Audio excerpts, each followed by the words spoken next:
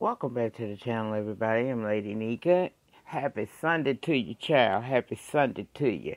I hope everybody's having a pretty decent Sunday as we prepare to begin our new work week. So let's talk a little bit about Friday's episode of Love After Lockup. This is Life After Lockup, Season 2, Episode 18, Second Chances. And we're going to go on and get Clint and Tracy on out the way, child, because you know we started the episode actually with them. Now, she getting dressed, getting ready to go meet Clint's family, but she nervous, child. She also getting off parole, and because she getting off parole, Clint is going to take her to Vegas. Child, they in there trying to make sure she talk right, act right, be well presented. She took her pink hair out. She's saying that she just want everything to go good with the meeting, and you know, because if it does not, she gonna feel like she putting Clint in the middle. He's having to make choices, and that's something she don't want to do. Plus, child, it's only 4 hours till she's on parole, off parole, and she excited. We see them pull up to the parents' house, and she nervous and low-key freaking out. They go inside, and Mama said, y'all late. Did y'all even stop to consider that this was planned? Now, your dad ain't here. So come on in and let's sit down and eat. And she went straight forward. As soon as she went, she sat down. She told Clint, life ain't no fairy tale. You got to work hard. Now, you floozy. He called the girl no floozy. She said, I want to have a real and authentic relationship and do things with y'all, but I can't. I can't. I got boundaries. I'm worried. Because, see, falling back into old habits and expecting me to be there is not what's going to happen. Mama also went on to say she hates drugs. And I suspected Clint did some as well, because she said it could ruin your life, and staying clean is a daily battle. And he was sitting over there amening the hell out of that. Plus, he said he did some things that's even worse than Tracy. So my question is, nigga, were you on some drugs too? I mean, you already look like you got some kind of disability, but you got that druggy look about you as well. I wonder if it's some tea to that. I hope we find out more about that. But, yeah, that's pretty much what happened with them, child. She went over there and Mama let her have it. Now, let's move on to Andrea and Lamar. Now, we see that we open up with them putting up the Christmas tree, having a good old time, happy to be with each other, happy to have, be creating moments. And everything is going cool. And I'm assuming this is somewhat of a tradition that Andrea does with these kids, because they said that the next step was they would, eat cookies, drink cocoa, and watch Christmas movies. But see, that ain't what Lamar got on his mind, because he wants to go hang out with his family. He said he missed them. He want, the second day out, he want to get around some of his folks and do, his thug thizzle with them or whatnot. Okay. Now, when he made that announcement, everybody else that would be Tennessee Nyla, the little bitty baby, and Andrea looking like, well, wait a minute, we ain't know nothing about, we doing family time. He said, well, it's kind of hard for me to adapt to all of this right here, because the last 20 years I've been in prison, and we really don't celebrate that like that. He want to go hang out with his brother. He ain't got time to be sitting at home watching no damn Christmas movie, drinking no cocoa, and eating no cookies. Child, Nala let him know that she thought he was going to be, this was going to be a family day. It's only day 2 of his release. Now, she fears that if he go around his people, he ain't going to make good choices and he can go back to jail. Now, what I heard was a little girl wanting to rebond with a man that has become somewhat of a father figure in this little short time to her, and she's scared that if he go out that door around his people, he might not come back through it again. But he too busy bucking. He hits the streets.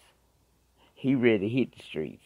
And Jill warning him, all right now, I ain't trying to stop you from hanging around your people, but I'm just saying you need to hang around people that got your best interest at heart, or you will be back in jail. He irritated because he want to go have a good time.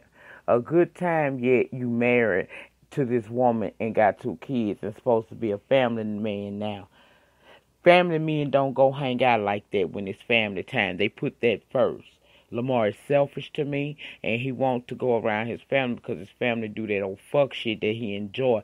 Andrea and her family is a little bit too straight and too clean cut for his liking. He can't understand and fully get the grasp of what it is to have a family that really support and love each other, because we'll get to it, child. Now, he talking about he want to adjust to being free. In jail, he was in a war zone. But see, dude, you wouldn't have missed 20 Christmases if your ass had not been doing what you doing. And Drill say, he can go on play if he want to, but if he go back to jail, her and her kids going back to Utah. Then later on, we see him hook up with his folks, and they just as ghetto. He saying Drill didn't want him to come. He admit that, but he done missed out on years with his family, so he gonna hang out with them opposed to staying home. He tells them that he was home with family putting up a Christmas tree. They wanted him to stay, but he also wanted to show some love to his own family because it's been a minute too.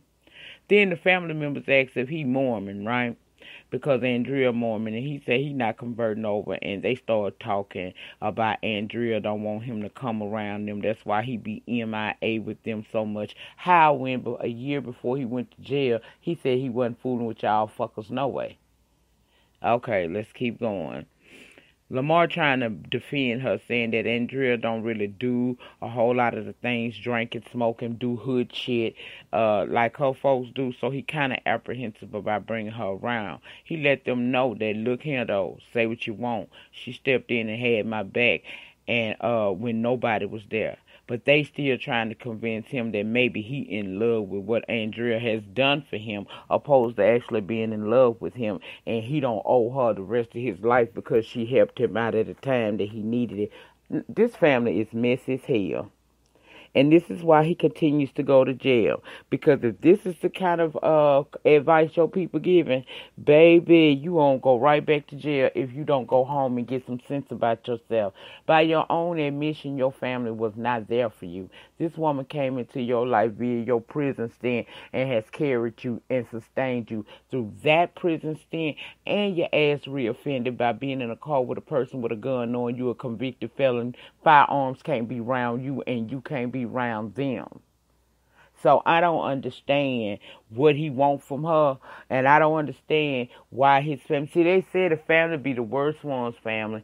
They say family is the worst ones. Now, I'm not always 100% agreeing with everything Andrea do, because I honestly believe that she is better than this, and she don't need to be with his gangster wannabe old ass anyway. But walking, running around, bumping music, child, we don't do that at a certain age. That ain't what's up. Even the young people ain't doing that shit like they used to. He around here bumping music with rims on here. If you don't sit your ignorant country bunking, never had nothing in life ass down, Lamar, you better. And I don't trust him anyway. You can't never trust a man with bubble lips. You just can't do it, bitch. He done pissed me off. But I hope he make his next move his best move and get the hell away from that family, because that family is the reason why you ain't had shit and you wind up living like you did and then ended up in prison like that. And when they taught you that that was what you need to be doing, look how they showed you love. They didn't even have your back when they set you up for failure by thinking this is how you supposed to live. Oh, hood booger ass mother. Lizzie and Scott. Lizzie done made to California, and she nervous about seeing Scott. She hoped that they can work it out. Now, when she arrived at Scott's house and knocked on the door, a female answered the door, and she said, she Lizzie, and asked the person who on the other side of the door that she knocking on who they was. Child, they opened the door, and WeTV did what VH1 and Bravo do all the damn time. They trying to make us feel like it was Jasmine that answered the door, and it also left us wondering not only if she said Jasmine, which Jasmine, her daughter or her Scott's used to be friend or whatnot. But of course that was some bullshit just to put you on your edge to stay there and keep watching it. And I did, child. It was Charlene, not no damn Jasmine. Lizzie assumed that was Jasmine because I guess she ain't never seen her before. She want to see Scott. Charlene worried, but Scott comes out, honey. He hugging her, happy she came all the way out to see him. Child, she tell him she brought him a gift from Wisconsin, act like she was finna reach in her purse and slap the shit out of him, talking about he cheated on her. Girl, Lizzie throwed off his foot. According to her, she thought that when her and Scott broke up and he left and came back to California, they would eventually reconcile. But she found out that he started dating a woman by the name of Jasmine. And she got this man telling her how he met Jasmine, what they used to do on dates. I mean, and then when he was telling her, she downplaying it. She'd already insulted you saying your seats was dirty when you told her she could sit down. But she sit down. You see she's still wearing her wedding ring. She starts questioning you about this woman. You downplay the situation, telling her that you never really had it for Jasmine. But you did say you liked her and that you could move on with her from Elizabeth. But now you still in love with Elizabeth. Long story short, she ended up telling him she ain't never made him not come to Wisconsin. He free to go there. He could have came back and seen her at any time and tried to work stuff out. The breakup, she didn't feel that the breakup was that deep, okay? Long story short, she gonna take him on a date and she paying for it. When he go back in the house, Charlene like, are you kidding me right now? She just said she want to take me out and she's paying for it. We just gonna see what's happening. Charlene like, you know what? You ain't gonna stop till this woman leave you not only just broke, you gonna be homeless as well. But it's your life, do what it is that you got to do. Scott says harmless. Okay, whatever. Marcelino and Brittany. Brittany and Sasha meet up to hang out and talk. Cause see, pretty much what this storyline is, Sasha knows she about to go to jail. She's trying to get as much in with people that she loves while she can. Brittany is understanding and saying that, she's like family to her. She hoping the best for her, but we all know that Sasha is currently back in prison doing some time behind this very crime right here.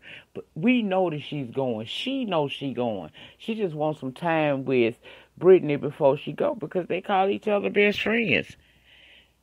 Now, I didn't have no problem with that. I thought that was beautiful. Go hang out with your friend. This girl knows she finna go to jail, and the sad part about it is when she goes back to prison, Brittany can't go see her in there because she just got out of there. They can't go down there like that. So all they will have between the two of them will be simple phone calls, which is cool if that's what it's got to be. You do a crime, you got to pay the time. That's all. You know what I'm saying? Now, we see Brittany later go home in an Uber. She said it was an emotional meeting when she go inside and see her husband Marcelino there. But see, he immediately is pissed off because, first of all, it's late according to him, even though by her own words, he come home sometimes at 6 a.m. in the morning because he a quote-unquote professional poker player. Anyway, he started talking to her like she was a damn child, telling this woman that if she hang around felonies, she gonna slip again. The girl and she's not responsible, and she don't have no respect for time, because now he got to go get the car because she didn't drive the car home. She said, I could have drove the car home, but considering the fact I was drinking, I did not want to take a chance. I'm showing you that I am responsible and not trying to return to the penitentiary system. But since it's such a big deal to you, I'll go get the car. So she leaves to go get the car. He following behind her, still trying to basically teach her. And my thing was, baby, did you marry me, or you think that you my daddy, or you my that ain't what we doing here today. Showing responsibility is fine, and that's what I do. And me hanging out with her tonight, knowing what's about to happen, is not going to put me in any more trouble than I already am, because her and Amanda done been to the house. And if Tito going to use that against me in this custody situation, he was going to do it anyway. One meeting ain't going to make it no worse. And this one was worth it. And since you got so much to tell me about my responsibility or the lack thereof, you gonna get the damn car. And I said, yes, God. See, he do too damn much. You cannot be her damn teacher. You're not her father. And I kind of got a suspicion that Brittany, out of all these prisoners on here, ex-prisoners or whatever, I feel like Brittany has grown and matured the most.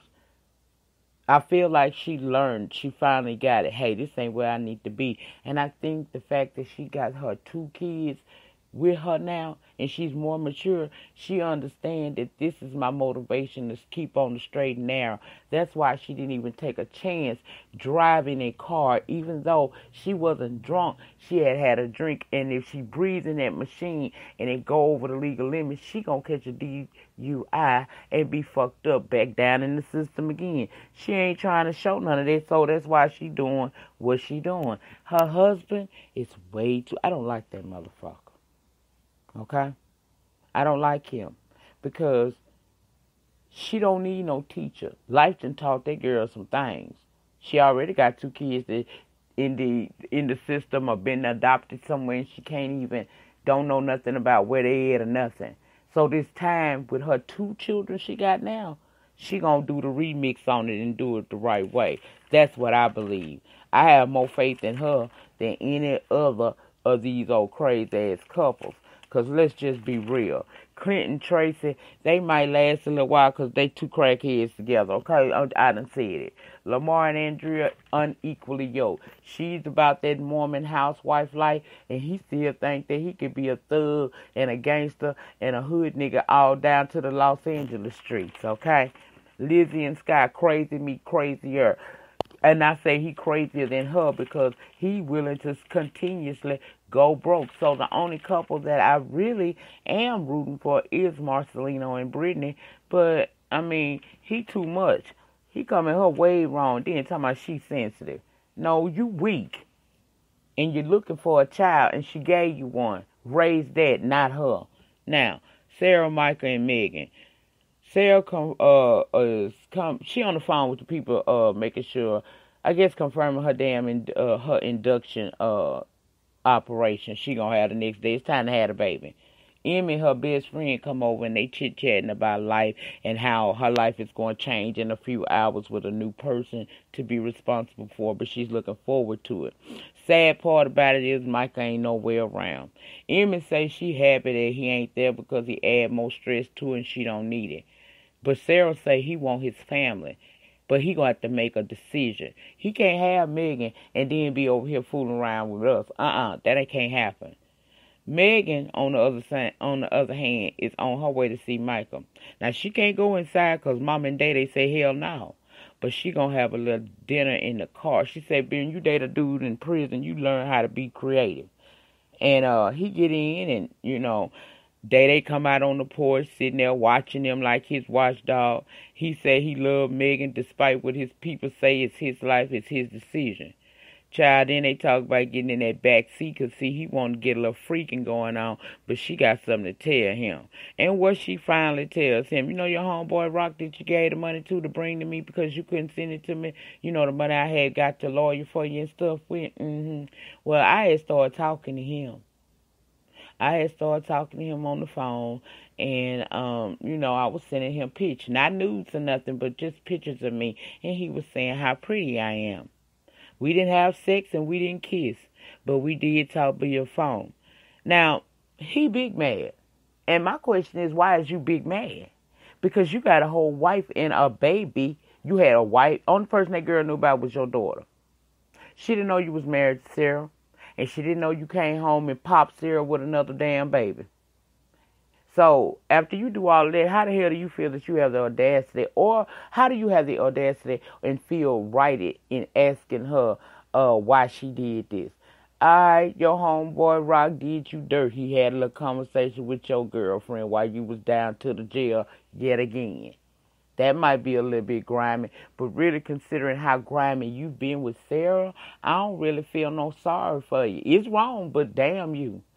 He gonna make a big ass, how you could do something like that to me. I feel betrayed. This girl saying You felt betrayed, but you had then made a whole. You first of all, you was married. Then you came and had a whole nother baby. And all of this, you had a whole life behind my back.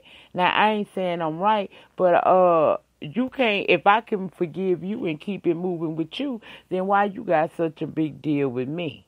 Why you making it like I just did the ultimate of the ultimate? And he is acting like that. He acting like what she did was, don't, it's just horrible. It don't what she did by giving a lot, but see, he did catch her ass in a lie. That's the part that made me mad. Megan, you told him you didn't sex the boy and you didn't kiss the boy. Then you turn around after he said his story and your story should match, right? You admit you kissed him, and girl, you shouldn't have did that. But then again, I don't give a damn if she did lie about it, because at the end of the day, peep this, family, peep this. He lied from the gate when he said he didn't have no relationship, but he had a daughter. Not only did he have a relationship, this dude was married. So he ain't got a right to be all up in his feelings about being played or having some secrets being kept from him, because he started off being a manipulator. He just became a master one in the end. Okay? That was it on Love After Lockup. I think I touched everybody. Let me do a replay to make sure I don't leave y'all hanging and be like, damn, I forgot to talk about these people. We discussed Clinton Tracy and their downfall at the table, and a possible reveal. Lamar and Andrea, child, Scott and Lizzie, Sarah, Michael, Megan, and Marcelino and Brittany. All right, we have covered all of the cast and the storylines currently occurring every Friday night over there on WeTV when we watch Love After Lockup, Life After Lockup. Season 2, Episode 18. I swear, it ain't even the trees, y'all. It ain't even the trees. I don't know what happened. I just got tongue-tied and then started choking. It ain't the trees. It ain't. Anyway, that's it. That's all, y'all. Let me see if it's anything else I need to say. Okay, yeah, y'all, please remember to check out the Teespring line to get some of my hype little merchandise. All proceeds go back into this channel and my other couple of platforms to better bring better content to you guys. So check that out for me if you will. Don't forget to follow me over on Patreon. I will be over there a little bit more now, and we're going to be doing some things that I won't be doing over on the YT. Remember, the depth of your struggle will determine the height of your success. In the meantime, in between time, please remember to rate the video. Ratings get me recognized on these YT streets. Comment down below in the comment section. Let me know your thoughts and opinions about this episode of Love After Lockup, Life After Lockup, child. Let me know what you think about these crazy couples, honey. And if you have not become a Love Thing today for the free 99, please subscribe to my channel. Or if you are listening to me via the Spreaker.com site, please follow this podcast for you guys and click the subscribe button over on YouTube. Once you have subscribed to the channel on YouTube, please double tap your notification bell button so that each and every time I go live from this channel or upload a video, you'll be notified and you can come over and join in the conversation that always goes down in the panty section, aka my comments. Y'all have a great remainder to your Sunday. I will see you guys tomorrow. Good night.